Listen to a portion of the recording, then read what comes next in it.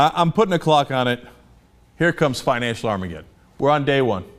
Why are we on day one? Because it's the first day reporting the story. Okay. Now, it's not in reality, but since this is the first time we're telling you about it, I'm calling it day one.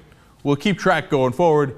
Here's what I have to say. Tick-tock, tick-tock. Now, look, I've said it before.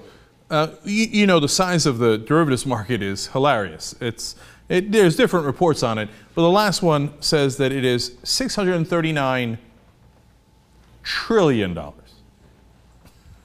That number is so large, it's comical, right? I believe it's 10 times the size of the entire world economy. Okay, it's also called a swaps market. So there's this giant swaps market where they're taking insane risk with our money. And now, Dodd-Frank bill was supposed to regulate that. And I mean, it did this much regulation, a scintilla of regulation. But the banks say, oh, you know what? It's okay. We don't even have to follow that scintilla of regulation. Why? Oh, did we call this a swaps market? We meant futures market. That's not part of your regulation at all. So futures, yes, that's what it is. So let me begin to explain that trick to you. Elzar David Melendez explains futures traders are required to set aside less collateral on their trades, an incentive to place larger bets. So do you understand that? They're moving to the futures market because they can put down less collateral and make larger bets. Now, if you put down less money and you make bigger bets, guess what happens? Because if you make a tiny little error, you don't have the money to back it up. That's how we got into the mess in 2008. They're putting that on steroids. This is going to be awesome.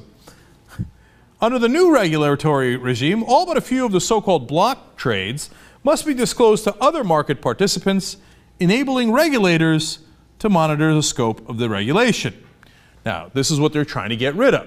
So they're saying, now, even those tiny little trades will not be monitored. Oh, great. That won't cause trouble at all either. Continuing. By contrast, which future trades must be disclosed and which can be kept private are generally left to be determined by the private companies that operate the exchanges. Good night, Irene. Don't worry, the banks will regulate themselves, and those exchanges that get all of their money from those banks, well, I'm sure will be very tough in regulating them. In other words, good night, Irene, there ain't going to be no regulation, okay? So, furthermore, under Dodd-Frank, losses on swaps trades are limited to parties that engage in that trade. But in the futures market, the consequences of an ill-fated bet can spill out to myriad players, from the brokers who engineer the positions to the clearinghouses that execute the trades. You understand that part? So before, if party A and party B do a deal, it goes bad and one of them gets screwed real bad. Now it's broader, so more banks suffer because of that trade. The clearinghouses suffer because of that trade. So when there is an explosion, it knocks more people out, and then those knock more people out, and then financial Armageddon. I'm not playing, and I'm not overstating it. Remember, it's a $639 trillion market. Okay, continuing. James Cawley, CEO of Javelin Capital Markets, so it's not just us. This guy says, quote, as the market gravitates to cheaper platform, and it's cheaper because it's unsafe, that creates risk for everyone. So here's the CEO of a guy who's running a company in this field saying, don't do it. Don't do it. It's a really bad idea, and it's going to blow up on all of us. They're like, yeah, step aside, step aside. All right, here's one more. George Harrington from Bloomberg. A margining regime that favors financial futures over financial swaps runs the risk of increasing systemic risk. By systemic risk, they mean risk that applies to the entire system. One thing goes down, it's a bunch of dominoes, and they all go down. Here are people inside Bloomberg, inside Javelin Capital Markets saying, don't do it!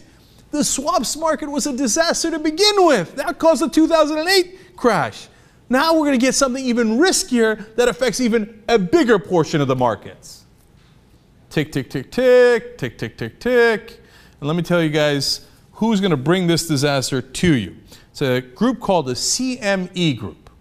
Why are they so important? They're setting up the exchanges where they do not regulate the banks, and they get to do all this trading. And this is where it's going to blow up.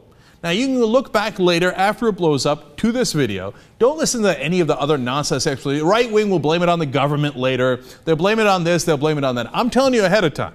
It's going to happen, and it's going to happen at the CME Group. What do they run? They run the Chicago Mercantile Exchange and the Intercontinental Exchange, which is probably the riskiest place on earth. Anything that comes out of the Intercontinental Exchange, watch out, okay? And by the way, here's something fun. They're about to buy the New York Stock Exchange. So if you think things were risky before, wait till you get a load of them afterwards. Tick, tick, tick, tick, tick, tick, tick, tick. We're on day one. I don't know when it'll blow up. I don't know if it'll be 2 months, 2 years. I don't know how long they can keep it together with duct tape, but I guarantee you this. If you take this amount of risk with this amount of money, it will bring down the entire global financial system. That sounds harsh, but it isn't. They're all connected. There's no way around it. It's a pure matter of logic. All right, you have that to look forward to.